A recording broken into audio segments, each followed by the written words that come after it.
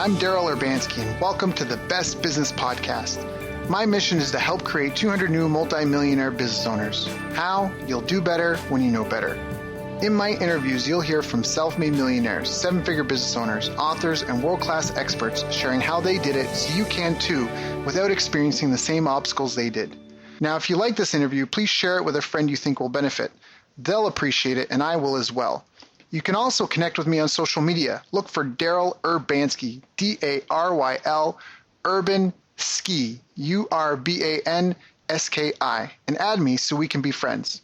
Now sit back, relax, and enjoy what I've prepared for you right here, right now. Hello, everyone. Thank you for joining us. My name is Daryl Urbanski, your host as always, and today we are joined by Taylor Welch. And Taylor is a funnel copywriter who specializes in building big-ticket marketing systems for his clients.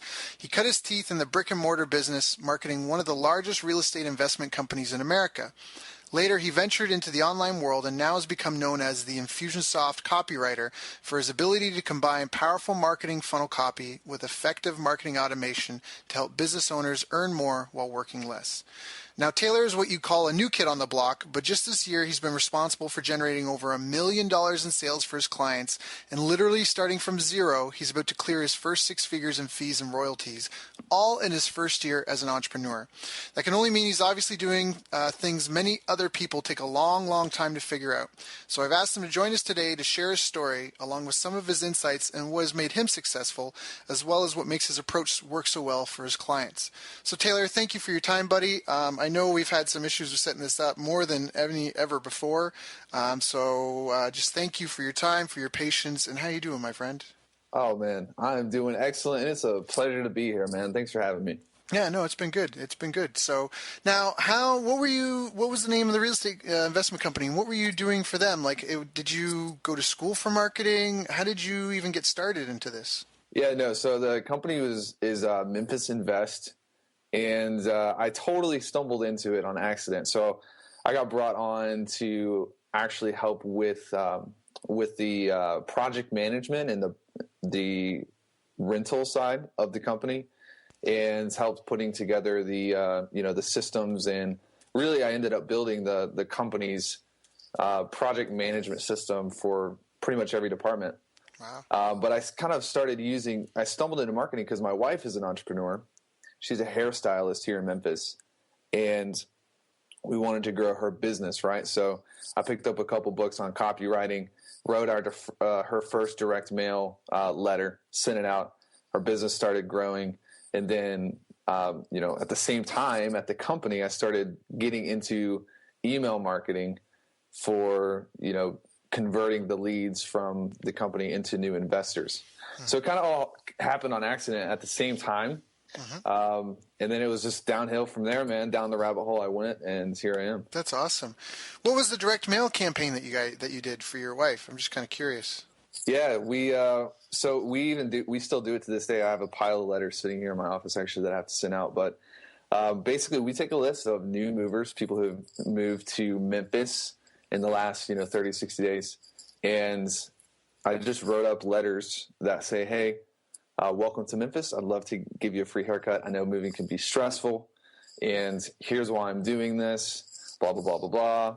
And we sent them out, one letter 1 week, another letter to the people who don't call and schedule an appointment the next week, and then a third letter the week after that. And then if they don't schedule after the third week, they just get on a monthly, kind of seasonal direct mail letter. So we just sent one out actually because it's here in the United States, it's about to turn fall. Mm-hmm. So we're sending out letters saying, hey, is your hair still in style? Fall season's coming. Why don't you come in, get a free, style assessment?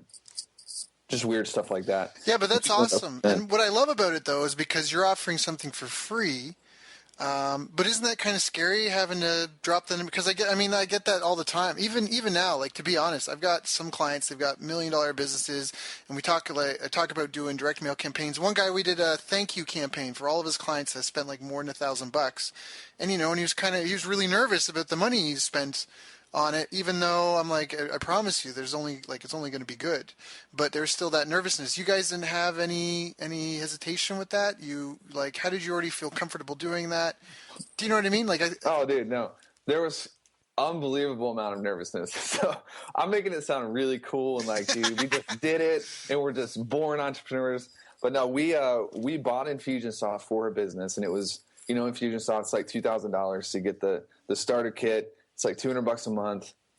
Paid the money for the direct mail. I had no idea what I was doing. Didn't know if it would work. It was like $100 and a free haircut. Dude, we had no idea if it was going to work. So it was a total like, let's just see if this works. And I don't think we got Infusionsoft after we sent the first series of letters out. So originally the investment was just $100. And then the cost of the haircut. And everything? That's the cost of the names and to mail it. Well, the mailing is about, the names were $100, and then with stamps and everything else, it's probably about another 150. Right. But stamps and everything. So it's not a huge investment, but it's still right. Like when you're brand new and and you're launching, to go drop $400 on something you're just hoping will work, it's scary, right? Yeah, it was definitely like, it wasn't something that was comfortable. Even when we got Infusionsoft, is like, dude, we just put it on our credit card. Because I was like, I'm pretty sure this is going to work. I know this is going to work. And if not, we can just pay it off eventually. But, dude, I wanted to be an entrepreneur so bad. I'm not one of those guys that grew up like an entrepreneur. Like, I wasn't selling lemonade when I was 5 years old, right? Like, hear those stories, and I was like, mad respect for those guys. And I love that. But I totally wasn't that guy. I wanted to work for people. I wanted to be a music person. I did recording. So I got to a place where it's like, I want to be an entrepreneur. I want to quit my job. The best way to do that is to grow my wife's business, and because that'll kind of fund us. So I was like, man, let's put this on the credit card. I'm ready to go, and it worked. That's awesome. That's super awesome. No, I love it. And the other thing that I don't know if you're aware of or other people are aware of, but that could be the beginning of a franchise model. A lot of people. And I'm bringing this up because I know in your bio we talked about how you're dealing with the local brick and mortar. And sometimes I hear like from our listeners and stuff, I listen to calls, it's great, but I'm a local business, and so, I don't sell online, or, I'm not a national business and stuff like that. They think it doesn't apply to them. But I really want to take a second here to point this out, because what most they say 80 to 90% of small businesses fail, but 80% of franchises succeed. And it's because when someone gets into a franchise, all the systems are there for them. And most importantly, that means the marketing systems. So my understanding, most franchises, really, when you buy into a franchise, you're buying an operations manual for how to operate like a location. And then the franchise headquarters is actually a marketing headquarters, and they do tests exactly like you brought up with your direct mail. And if it works, then they roll it out to all their franchisees, all the locations, and they just peel and stick the phone number and the address.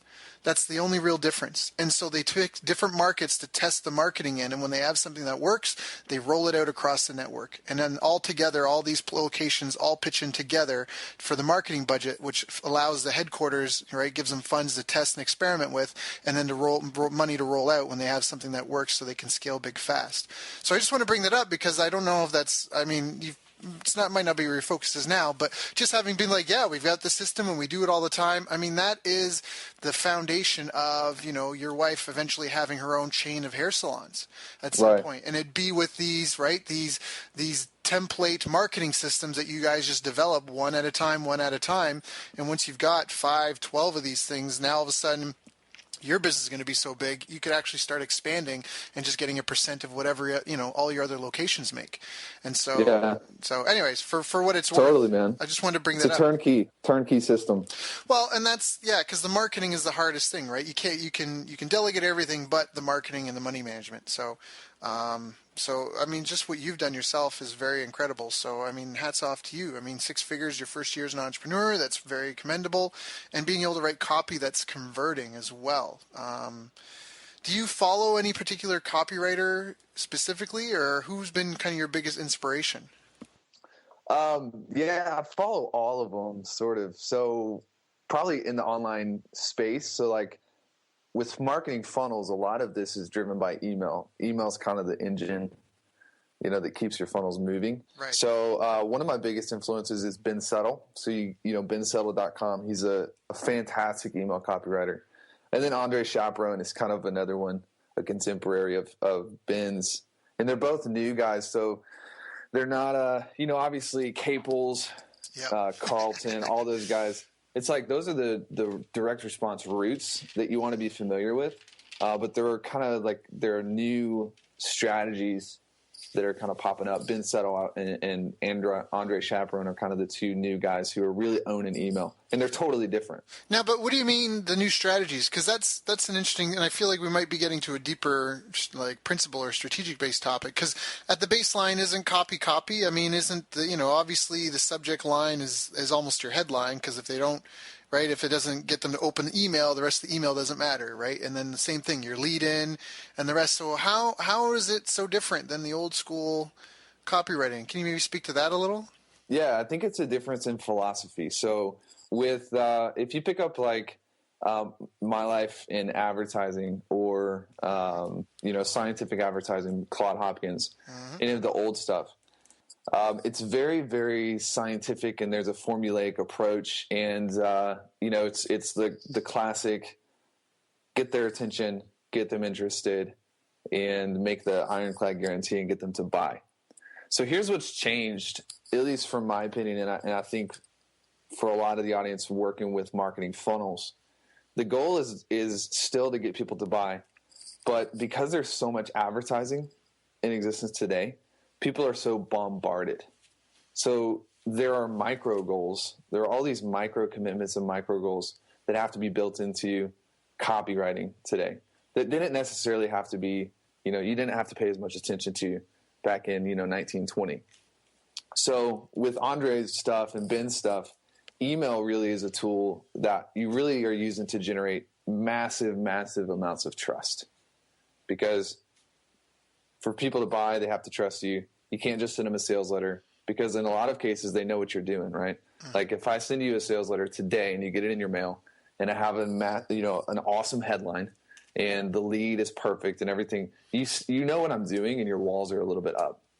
As opposed to if I'm sending you things that are interesting and entertaining and engaging, and in a sense, like there's almost not anything for sale, then people kind of get their curiosity piqued and like, what's this about?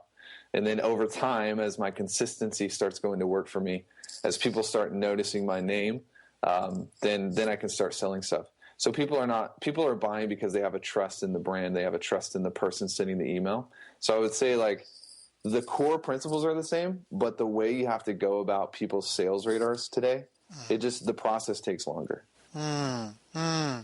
Got it. So yeah, I want to dive into this a little bit. So the buying cycles have expanded a little bit because there's so much noise out there, and also because it's too easy to reach out to your consumers. So You're saying because email is practically free, or because it's so cheap, that it's really about building a relationship with them over the long haul, right? Exactly. Whereas in old school direct mail, when it's direct mail, you're putting envelopes in the mail, you're paying to have that message, and paying a pretty penny in a lot of instances. You're right. You have to recoup your costs every time you communicate. But now communication is so easy. You're saying we don't really have to, and it's more important that we build the rapport and the relationship. And almost what's that quote? I didn't prepare it before in advance, but it's like no one will care. It's like no one will understand how much. Wait, no one will care how much you understand. Wait. Oh yeah. Do you know No one cares how much you understand until they understand how much you care, or something like that. Thank you. No, I think you got it. So I think does that kind of a bit more? Does that articulate the approach a bit better? Yeah. The thing is I'm not saying that you shouldn't sell in emails. What I'm saying is that you shouldn't just sell based on the benefits of your product. You shouldn't just sell based on that shouldn't be your number one goal, because the sale is a byproduct. So like for me, my goal right now in the next 12 months is to hit $1 million. I know it sounds crazy, but I'm going to do it. It's going to happen. I'm going to hit $1 million. To me, my philosophy is set up to where that $1 million is simply a byproduct of me doing the right things. All right. It's not the goal in and of itself. So the goal is to do the right things. The money is a byproduct. It's the same when you look at your marketing. Like the goal of all marketing is to look at your customers and look at your prospects as like giant, if you'll excuse the analogy, giant scales that like weigh things and measure things. And on one side is every time they've been beat up and abused, taken advantage of, lied to, cheated, and otherwise manipulated at the hands of scummy marketers, right? Mm-hmm. So that side of the scale is very, very heavy. On the other side is the trust that they have that you have their best interests at heart, that your product is what you say it is. It's a strategy of preeminence. So your job as a marketer is simply to take the scales and to tilt the scales to where the trust that they have in you outweighs and overpowers all of the objections on the other side of the scale. So if you look at your marketing and your funnels from this perspective, all of a sudden, being all hypey, salesy in the very first email suddenly is not a good idea. Right. Right? Because they're just going to literally scroll to the bottom, unsubscribe, and hate you for the rest of their life. So that's what I'm saying is like, it's changed the game today because people are so bombarded with all these sales hype messages that the people that they trust at the end of the day are the people who they're going to give their money to for their product. So in my emails and everything that I'm writing, I'm selling all the time. Like there's always an opportunity for someone to buy because I never quite know when those scales are going to tip. Right. Right. So you always have a soft offer in every email. Every single email. Got it. Every single. I don't ever want a prospect to have the scales tip and then not know what to do to give me money. Mm-hmm. Right. That's the worst case scenario. But at the same time, I don't want them to feel like I'm adding to the wrong side of the scales. So there's always a push for me to build that rapport with them, to show them that they are my number one interest, not their wallet. And then by the time that they are ready to buy, there's always a link there. I like how you brought that up, and it brings up something that I've actually been thinking about and talking about among some of my friends, just because, I mean, what you mentioned about having to build the trust and the rapport and proving that you have their best interests at heart and build that relationship and the trust up until it outweighs any of their skepticism or any of their objections. And I really like that approach, and something that's relevant to that. We talked a bit about CrossFit before the call because I'm an avid CrossFitter, and we were just saying how people in the CrossFit community, a lot of people get accused of it as being a cult because people are getting such amazing results. They're evangelists for it. And CrossFit is having growth, and like the success rate of the gyms has just been phenomenal, record breaking, yada, yada, yada. But there's a specific video Greg Glassman, the founder of CrossFit, posted called In Pursuit of Excellence that you reminded me of when you were talking. And in his talk, and I'm going to explain it, and I want to know what you think about it. In his talk, he talks about what he's learned from all of his affiliates, all of his box owners, his gym owners, about marketing. And he's saying he knows what marketing is. And he was saying that, that basically staying in pursuit of excellence, he said anytime someone thinks about, let's go get some money, let's go do some marketing, that was going off the track. And, I'm as a marketer, when I heard that, I'm like, I don't know how I feel about that.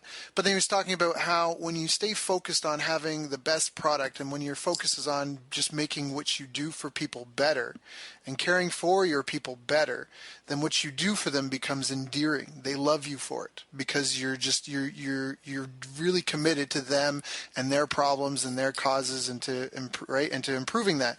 And he said, and when you reach that, then what you're doing, it becomes enduring. It lasts. It has sustainability, and then that's where you're saying that's kind of where a brand comes from, and for him, that's their approach to marketing. There's a lot of different ways to skin a cat. We're more kind of as online marketers and direct response. We want everything to be measurable, and that you can't measure buzz and word of mouth, and it's hard to measure brand equity. And there's some people that have built really big businesses that say brand is an afterthought. But I wanted to bring that up to ask, what do you think about that? Like, is that kind of what you're saying, that you should be in pursuit of excellence at what you do and in caring for your clientele, and that is more important than fancy ninja marketing tricks, or is it a blend? I'm not trying to ask a leading question, but just because of what you said, I wanted to know, what do you think about kind of what he said about that? Yeah, I love it. It reminds me of Truett Cathy, the Chick-fil-A guy, the Chick-fil-A founder. Mm-hmm. And I don't know if you've heard this story, but he was sitting with his board, and I believe it was a competitor that they were dealing with at one point that was growing really, really fast. And so Truett Cathy's board is freaking out, and they're like, we have to have more stores. We need to, buy up more property so that we can keep up with them. And Truett Cathy basically said, no, listen, we have to get better before we get bigger. So becoming a better company and offering a better product is a predecessor. It's a precedent for getting bigger. So I totally agree with that. And that, like, yeah, the number one focus should definitely be on, making sure that the results that you can offer your clients and the product that you can give to your customers is better than anything else that they could do with their time. And that's the bottom line of sales, right? So if I'm selling you something, then I have to believe, or at least I should believe, or I'm a scumbag. I have to believe that you giving me your money for the product and the results that I'm going to deliver is the best thing that you could do right now. Mm-hmm. It's the best thing for my customer. It's the best thing for my clients. And if you don't have a good product, and if you're not focusing, on excellence, like you're saying, then you can't really sell from a position of integrity. Mm-hmm. So I do study a lot of Jay Abraham. He is one of my favorite marketers because of his strategy of preeminence and just it's really an obsession with becoming the best at what you do. Uh-huh. And if you can't do that, then yeah, you should get out of the game. Like, you should just go ahead and get a job for someone. You can come work for me. But like, if you can do that, then I think it's two sides of the same coin. So Dan Kennedy's famous for saying, like, a dentist is not, his main profession is not dentistry. It's marketing and making sure people know that he's a dentist. For my wife, her main job is not being a hairstylist. It's making sure people know that she's a hairstylist. So marketing is like foundational. Getting new customers, you have to do that, or it doesn't matter how good you are, what you do. But I think that they're two sides of the same coin. Does that make sense? Yeah, no, it does make sense. And I'm still kind of like, I'm trying to figure out because I really am all about truth and getting to the ultimate truth, the one truth. Because I don't know if it's because I'm lazy or whatever, but I just feel like when I find the truth, it just simplifies everything, right? So you kind of don't have to do the guesswork.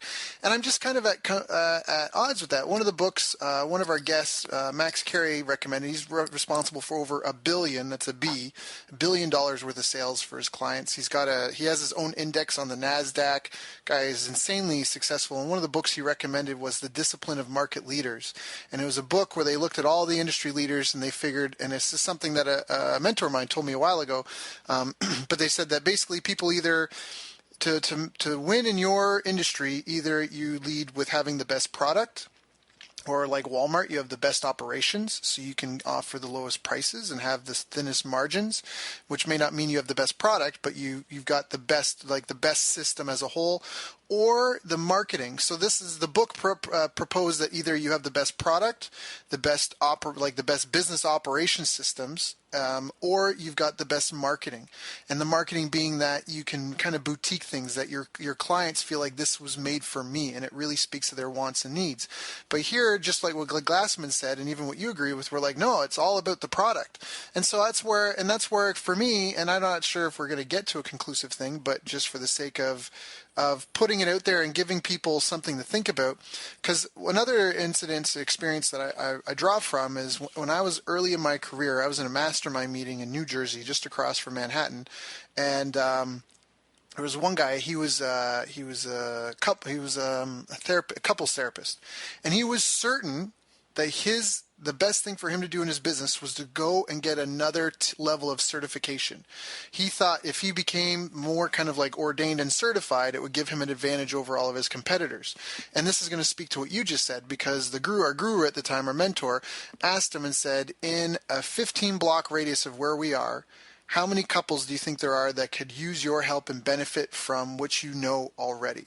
And he said, easily, 300, 500, or more, maybe even 1,000. And then the guru was like, and how many people do you need for an active practice? And he said, really, I would probably be capped out at like maybe 200, 250 patients, depending on how frequently they came in, I would be at my max.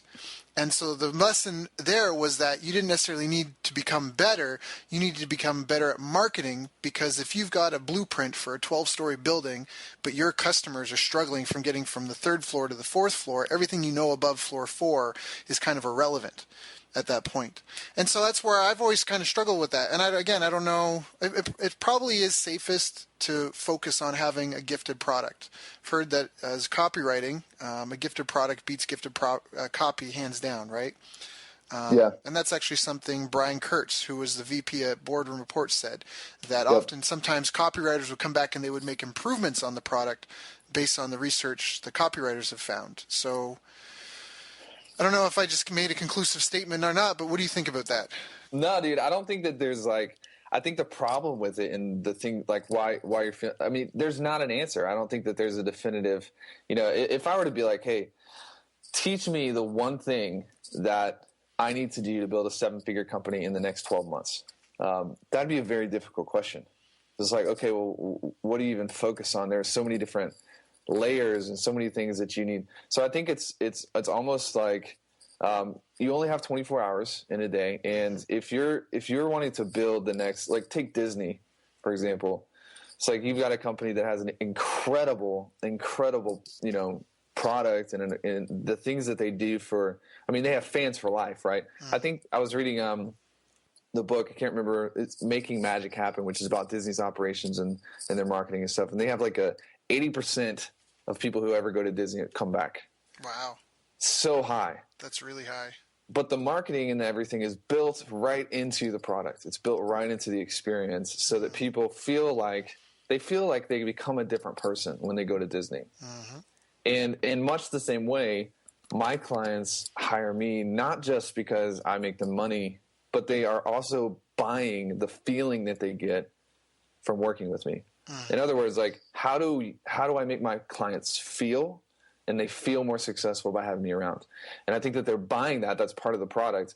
And so part of the marketing you can build right into the experience, but then part of the marketing is making sure that new people are being brought in every day. I don't think that there's a number one, like do this and you're going to become the market leader.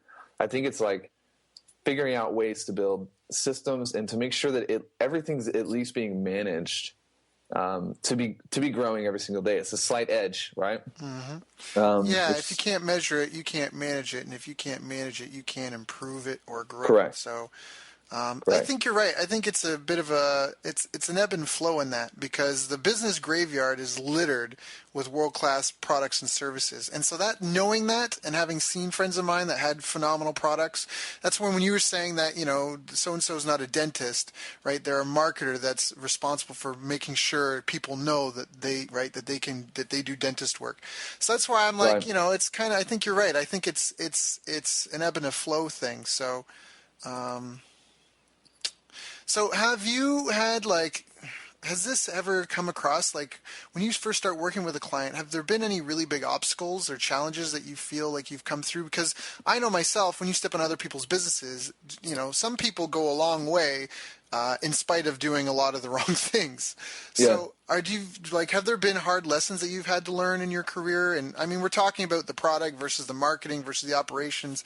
Like, have you had any big challenges in any category working with clients? And if so, how did you work through it as a copywriter? Yeah, as a copywriter and like consulting and stuff, there have definitely been challenges and new experiences and learning new things. I think probably one of the most common is when someone has a goal in their business and understanding like that clarity of what needs to change to produce the results that you're after. So I'll give you an example. Like, I've been working with this one client for about 6 months.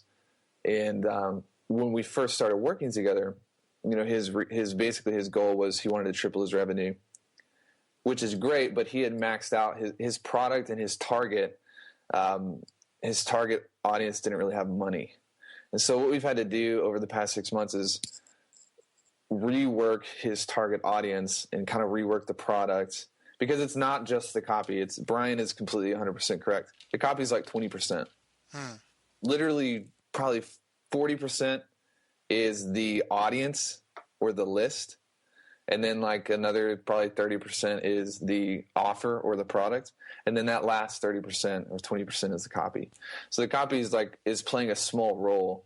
Most of it is, who are you trying to serve, and what do they want, So that's the biggest disconnect is when people are like, okay, I want you to write the sales letter. I want you to build this funnel in Infusionsoft, and I want it to make, $80,000 a month the first month. It's like, probably not possible. If everything's set up perfectly and, you're serving an affluent audience and you have a high ticket product and these guys know, like, and trust you, then yeah, we can just bang out a few emails and make that happen.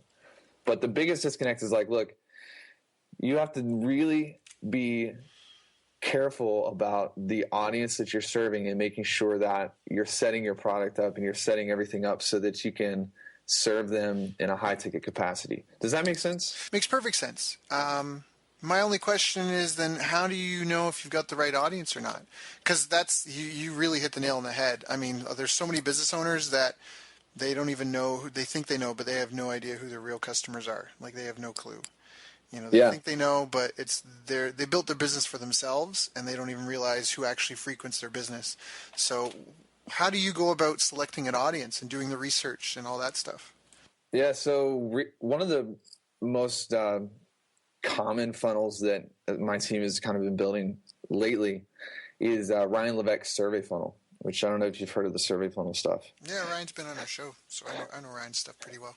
Dude, his methodology for tapping into an audience, figuring out, what makes them tick, what makes them buy, and what just pisses the crap out of them. That's been my favorite tool, especially recently, for really digging into an audience. Because basically what the premise of it is, people don't necessarily know what they want, but they know what they don't want. Mm-hmm.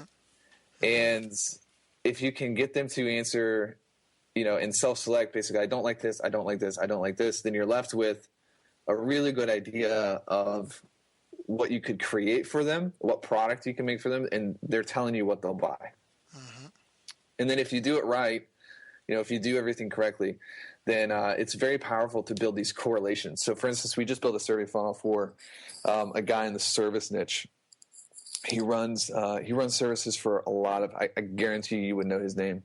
But basically, we built this survey funnel and asked people basically what they hate, what they don't like. But then we also asked them, what is your income? What do you do for a living? And what are your goals? And we were able to correlate to create like 3 or 4 different avatars. So, for instance, we've got consultants who are making $250K a year. They have 3 kids, and they are early morning people, and they hate not being able to, target their leads. So they're spending too much time on the phone with people who don't have money. That's their biggest struggle. And then we were able to find, these are product owners. Most of them make less than $100,000 a year. And their biggest problem is conversion. So they're getting leads, but they can't get them to buy. So out of those 2 audiences, who do you think we're going to go after? Right. You're going to go after the people that have more money and are more apt to buy. Absolutely.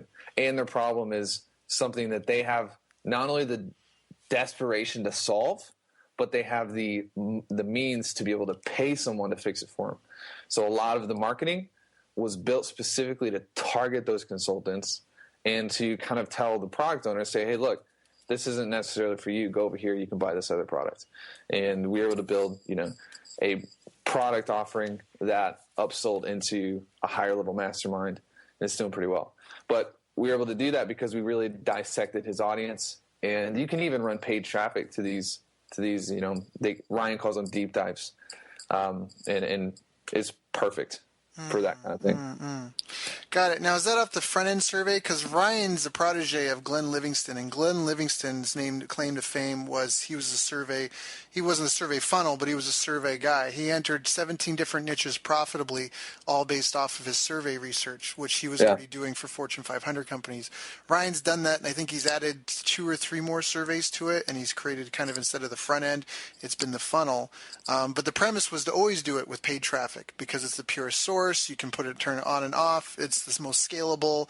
Otherwise, you're kind of stuck with, peaks and valleys, feast and famine, depending on an affiliate calendar schedule, or just waiting for word of mouth or for PR, right? Because those are all things that are kind of, moving targets, and it's hard to really know.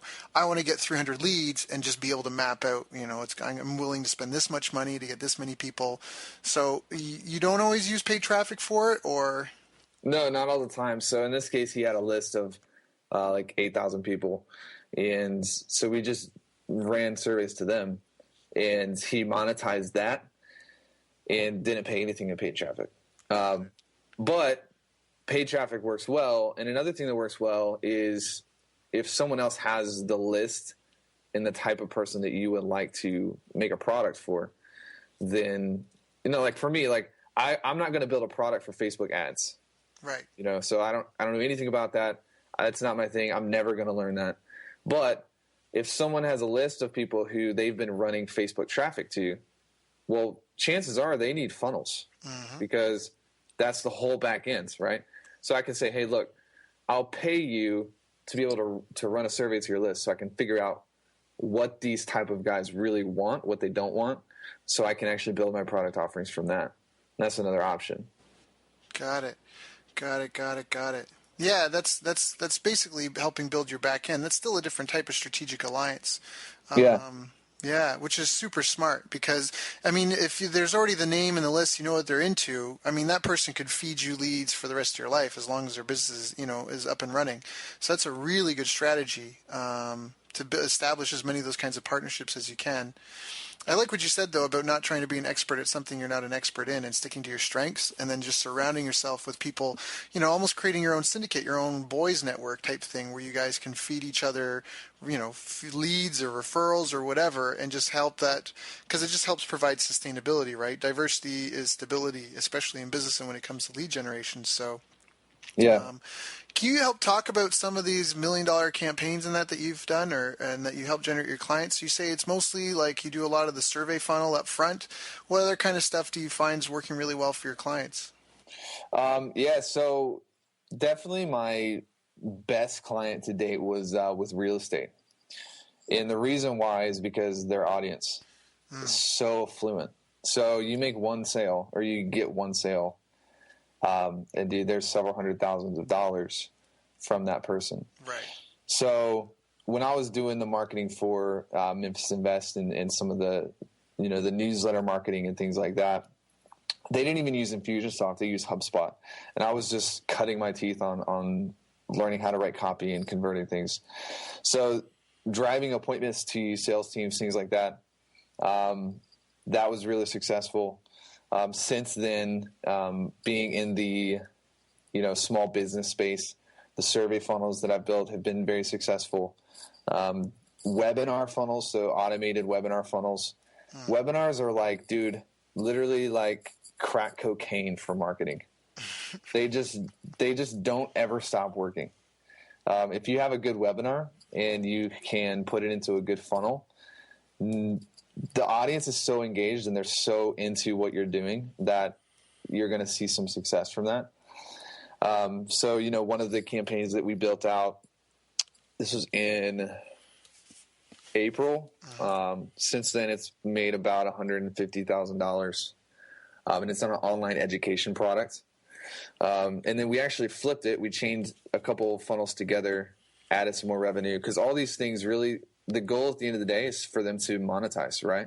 So if someone comes through, this is why knowing your audience is so important. If they come through a webinar funnel and they don't buy, what's the best thing to do for that funnel? Bolt a survey funnel onto the back of that webinar funnel.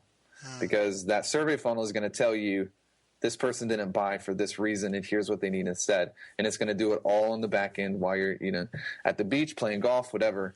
Right. And basically what you're doing is you're making a system that's reading people's behavior. It's telling you why they're not buying, and then it's automatically pairing up with the next best thing. That's what. So the webinar funnel, the survey funnel, a couple case study funnels that have done pretty well. The biggest thing though is it really depends on what you're trying to do and who your audience is. So if you're in the health niche and you're serving supplements, it might not be the best thing to go right away and do an auto webinar funnel. Probably what the best thing to do would be to rig up a survey funnel. And, because what you can do is you can basically say when someone comes to your site, it's like, are you a male or a woman? I'm a man. What do you struggle with the most? And then based upon their answers, by the time you get to the end of the day, Daryl, if you're going through this, my copy would basically say, okay, listen, if you're between the ages of 30, 35, and you're a male and you make X amount of money and you do CrossFit on a daily basis and your biggest struggle is I'm reading your mail like right back to you. Right. And telling you this is what you need right now. So it's something I call hyper relevancy. So everybody's talking about, your copy has to be relevant and everything, but when you have these funnels set up correctly, you have what is called hyper relevancy, to where your copy doesn't even have to be that good anymore. People feel like you're speaking so directly to them that they trust you and they're going to take action on it, you know? That's super powerful. And I want to bring this up because I think we're hitting on some really important things, because in a lot of ways there's not a lot of new stuff under the sun, and I think a lot of people get lost when they're trying to develop their education because they see shiny objects and people sell them tactics as if this is, it's alchemy. It's turning money into, coal into gold or whatever, right? Silver into gold or whatever. I think in some ways you kind of hit the nail on the head. A lot of it's about, first of all, it's getting regular, consistent traffic of a certain type, figuring out those people and what they do and don't want, and then giving them what they've asked for. And you mentioned something about webinars and how they work like gangbusters and crack. I want to mention something here, because this is something that was really helpful for me, and especially for our listeners. It might be helpful for them. And I actually got. I remember after I said it, I turned around. Joe Polish was in the room. Joe Polish and Ken McCarthy, and it's just people that I look up to. And I remember after I said it, I turned around, and the expression on their faces was just perfect. I just loved it. But the whole thing, and the reason why webinars work so well, is because nothing will convert as well as that face-to-face, kneecap-to-kneecap sales conversation. Hey, hey, Taylor, what's going on in your life? How's your wife? Right? Like those conversations. Right. Nothing's going to convert as well as that. But then everything else is just a beta version. So a live webinar is a beta version of that face-to-face, right, presentation. And then a teleseminar is a beta version of the webinar. And a sales letter, or video sales letter is a beta version of the teleseminar. And the sales letter is a beta version of the VSL. So it's almost like, your sales letter will convert at one point. And even Ryan Dice and them, when I was in their mastermind group, one of the things that they said is once they get a sales letter that's converting really well, they turn it into a video sales letter to see if that'll give them another bump. And I think that that's almost the strategy that you can go. It's so easy online to just, to put together a sales letter and throw some paid traffic at it. If you can get something that's converting, then try to climb back up that ladder to get as personal as you can. Because the number one problem in I won't say the number one, but a really strong problem in almost every organization is scaling sales. Especially if you're dedicated to a live Salesforce, because everyone's got a different background, different ethnicity, potentially age, right? Different physical appearance, different personality, and you're trying to scale your sales through this force, these people, and train them on how you do it. But with something like a webinar or a sales letter or a video sales letter or a teleseminar, now you've got this canned, cloned sales process that you can put people through. And I love what you said about following up with people afterwards with a survey funnel to figure out why it is or isn't working. I think that's brilliant. And I don't know if people caught that, but this is definitely something they may want to go back and take notes on, because it's beautiful. I mean, even what you're talking about with how you use the survey results. I mean, that's another thing that a big misnomer. A lot of people think a copywriter is just some magician. He sits down and just gold comes out of his pen as he writes these words that convince people. No, it's an assembly process. And so I loved how you mentioned that you take all the results and answers and that you put that into the sales, you know what I mean? It's almost like a magazine ransom note. You're copying and pasting letters from the magazines, and it's all from all the data that you've collected on what they want and what's working and what competitors are doing and all that. So that's beautiful, man. That's really, really, really, really awesome. Yeah, what you'll find is there are usually 3 or 4 different types of people buying your stuff, even in a sales conversation, right? Main big categories, there are 3 or 4 types of people. And what do you do in a sales call? You ask them questions about themselves. You got to figure out who the person is so you can sell them. Mm-hmm. So scaling sales is difficult, but when you have Infusionsoft or a tool like Infusionsoft, it just becomes a matter of looking at the whole thing pretty granularly and replicating a sales conversation. So for instance, if you go to one of my funnels, it's very open on the front end. I don't know if I can help you. I don't know who you are. And, check out this free training, whatever. As opposed to, a lot of sales letters, they're very tight, very specific, very targeted, and very repellent towards the wrong person, right? Well, that's good, but that's because it's at a different phase in the funnel. So it's important to know, like, the copy at the beginning of your funnel should be totally different than the copy at the end of your funnel. And at the beginning of the funnel, you're not repelling people because, quite frankly, like, you have to figure out who the person is before you can become relevant to them. Right. But as you get deeper into the funnel, the more that I learn about you, or rather the more that my system learns about you, you'll notice the more repellent things get. And the more tuned you get, and it splinters off into 3 or 4 different types of sequences based on, what you've told me about yourself. Right. Because I cannot write a sales letter that really speaks to you until you've told me who you are and what you don't like and what you do like. You know what I'm saying? Yep. Oh, I totally get that. So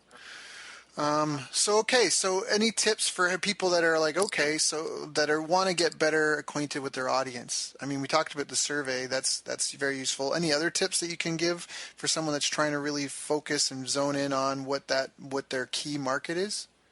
Yeah, pick up the phone and call them. Ask them. You can't necessarily beat hearing someone on the phone and how they describe a problem.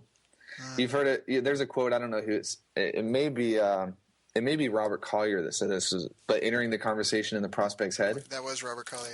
Yeah. Yeah. You can't do that if you haven't first heard them in conversation. So you can't beat it with email. You can't beat it with anything. A survey is not going to even do that for you. Hearing them on the phone and hearing them say, I have to get in shape because I don't want my children to grow up and not take me seriously because I can't even take care of my own body. And well, that's gold right there, because you're in their heads at this point, and you can then replicate that conversation in your copy. So yeah, dude, even in survey funnels, it's like, hey, if you wouldn't mind, I like asking questions on the phone sometimes. If you're cool with that, pop in your phone number, and dude, I'll call them, and I'll have my guys call them, and we'll figure out kind of what the language patterns and kind of how people describe things. So that's huge right there. That is huge. That's really, really huge. And then what about offers? How do you craft a really compelling offer?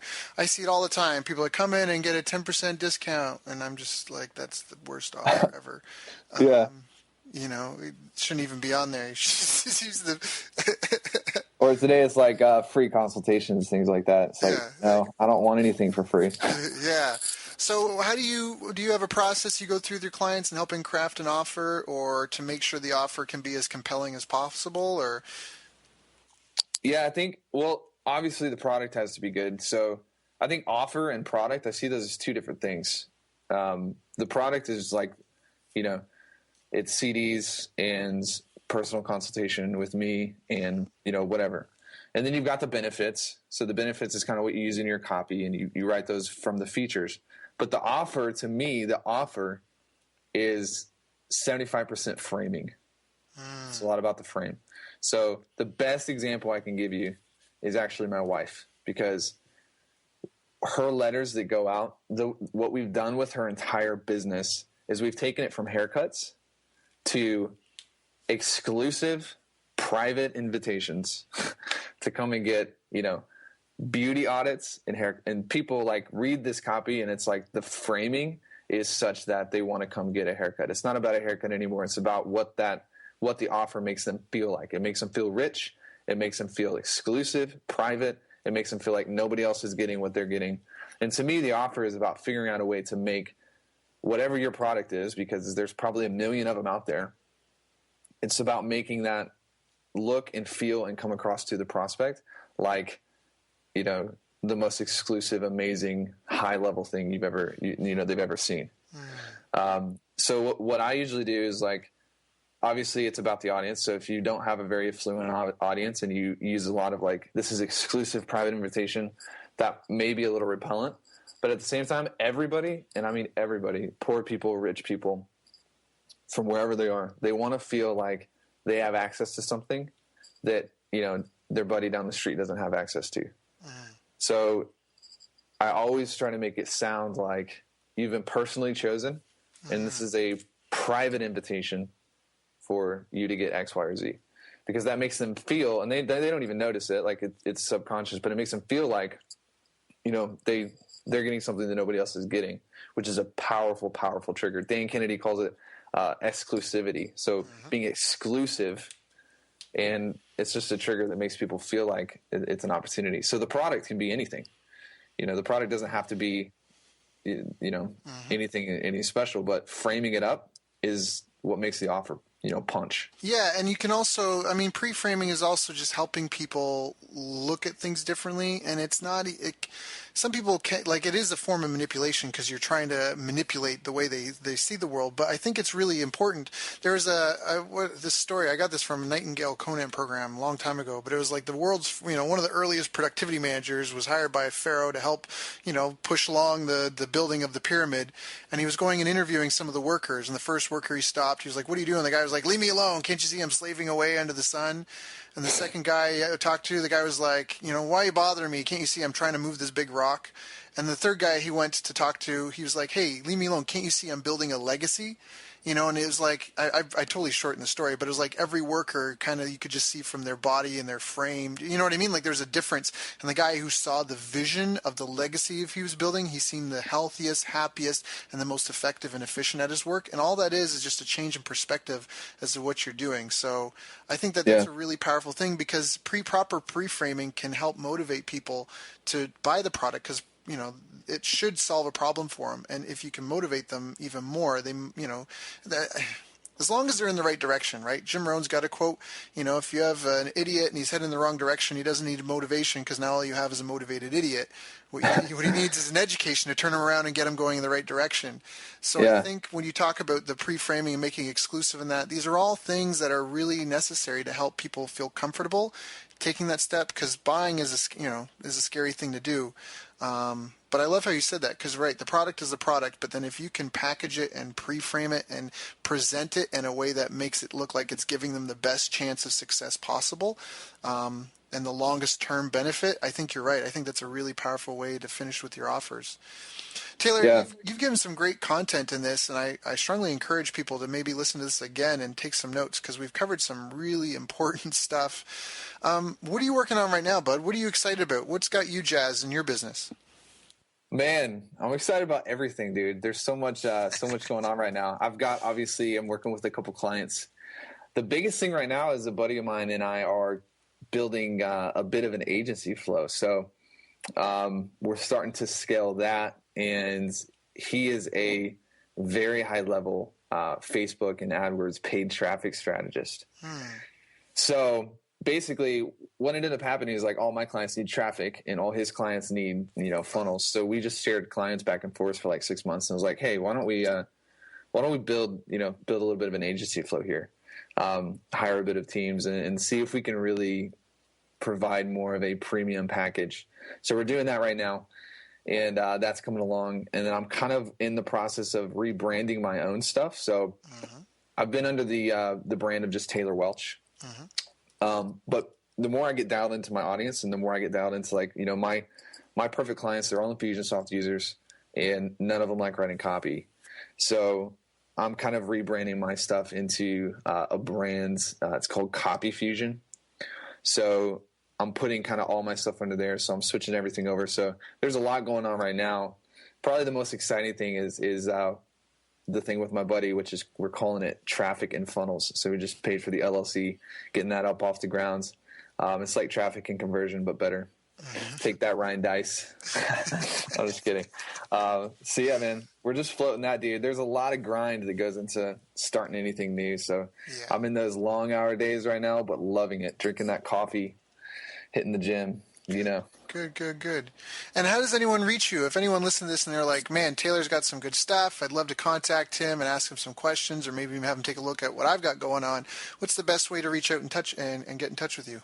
Yeah, the best thing to do is just you can hop on my list, and you're going to get some emails from me, and just hit reply to those emails. So if you go to copy-fusion.com, you can grab some free training there, and a lot of good stuff. You're going to get my marketing letter. So I send a daily email marketing newsletter all to my subscribers, and got a couple big names on that, and they all love it. And it's just basically giving my tests of stuff that's working, stuff that's not working, every single day. So if you hop over to that site, hop onto my list, you can just hit reply, and that comes straight to me. That's awesome. That's awesome. So once again, the web URL was copy, dash fusion, FUSION.com. Is that correct? Yes, sir. Taylor, thank you so much, man. I really appreciate you sharing some of your insights into what you've done to be successful, what's working for your clients, and just really kind of fleshing out some really important things that I think for a lot of people listening to this call will be very, very valuable to them. So thank you so much for your time, man. I appreciate your patience and appreciate you coming on here to share with us. And just thank you, and man, all the best. Thank you, bro. You've reached the end of our interview. Now first, let me thank you for listening. I appreciate and respect you more than you'll ever know. And now I'd like to ask you a couple of questions. First, what 3 lessons did you just learn? What 3 aha moments just jumped out at you? Second, what can you implement for yourself and your business in the next 24 hours? Third, what can you give to someone else to help you with, or give to them to just do it for you? Whatever it is, remember, taking action is the secret sauce to results. Now, if you think this interview would be helpful for a friend, please give them a link to it. It'll help them and it'll help me too. I'd also like to invite you to help me find out more about the challenges you're facing, your dreams, your goals, and how I can help you overcome what's holding you back. We both do better when we know better, and your success is my success. So please reach out and interact. You can visit our website, bestbusinesscoach.ca for Canada or California, where I'm from and where I'm living.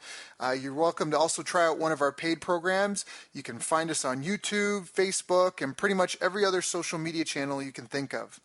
You should also subscribe to the podcast, and if you're enjoying them, please leave us a nice review. It really helps. That's all for now. Once again, thank you. Take care of yourself, and remember, the world needs the best business you can build. And I believe in you.